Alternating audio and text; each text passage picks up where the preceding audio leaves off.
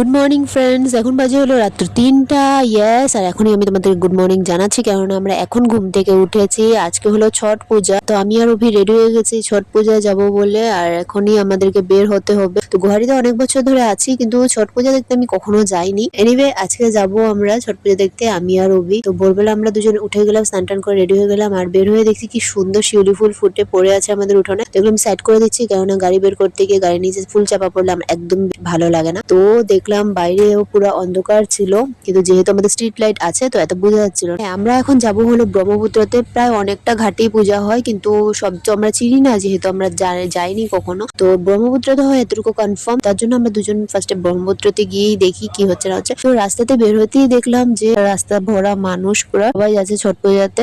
এরপর আমরাও চলে আসলাম ব্রহ্মপুত্রের ঘাটে, আর এখানে দেখো গাদায় গাদায় গাড়ি, এতগুলো মানুষ এসছে ফ্রেন্ডস। আমি তো অবাক হয়ে যাচ্ছি দেখে, আধা রাত্রে যে এতগুলো মানুষ আসবে আমি তো ভাবতেও পারিনি। লামডিং এ কিন্তু মানুষ হয়, কিন্তু এত মানুষ আমি সত্যি অবাকই করে দিচ্ছিল পুরা। তো আমরা গাড়ি পার্ক করে চলে গেলাম হলো ভেতরের দিকে। আরে এটা কিন্তু এই ঘাটেই যে পূজাটা হয় সেরকম কিছু না, গুয়াহাটিতে যতগুলো নদী আছে, যত ঘাট আছে, সবখানেই কিন্তু পূজা হয়। এই একটা ঘাটে এতগুলো মানুষ, বাকিগুলো তোমরা ভাবতে পারো। তো মানে এখানে শুধু বিহারি না, অনেক জাতির মানুষরাও এসে কিন্তু পূজা করে। ছট পূজা যেহেতু একটা মান্যতা আছে, তার জন্য শুধু বিহারিদের যে মেন ফেস্টিভ্যাল ওরাই পূজা করবে এরকম না, এখানে কিন্তু অনেক বাঙালি মানুষ বলো, আসামিজ মানুষ বলো, সবাই আসে এখানে পূজা করতে। আমরাও ধূপকাঠি মোমবাতি নিয়ে নিয়েছিলাম জ্বালাবো বলে, বাট তার আগে আমরা কয়েকটা ঘাট ঘুরে দেখছিলাম। খুব সুন্দরভাবে সাজিয়েছিল ফ্রেন্ডস, ঘাটগুলো দেখেও কিন্তু খুব ভালো লাগছিল। এরপরে আমরা কয়েকটা ঘাট ঘুরে ঘুরে চলে গেলাম হলো ধূপকাঠি জ্বালাতে। তো জ্বালাতেই গিয়ে অভি ফার্স্টে পা ধুয়ে আসলো। এরপর আমি যখন পা ধুতে গেলাম তখন ঘটে গেল একটা ঘটনা। অ্যাকচুয়ালি সাইডে ছেলেগুলো বোম ফাটাচ্ছিল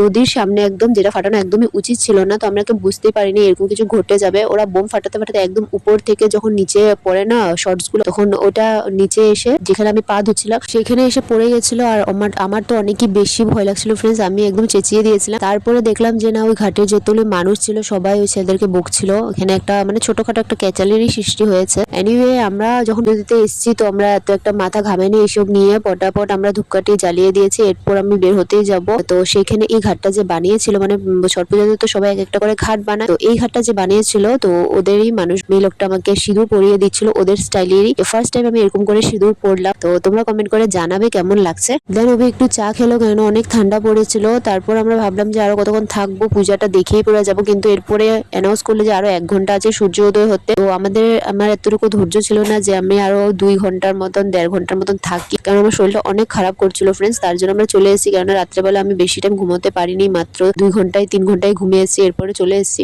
তো তোমাদের ছট পূজা কেমন কেটেছে please let me know, and for other information please subscribe my channel. By.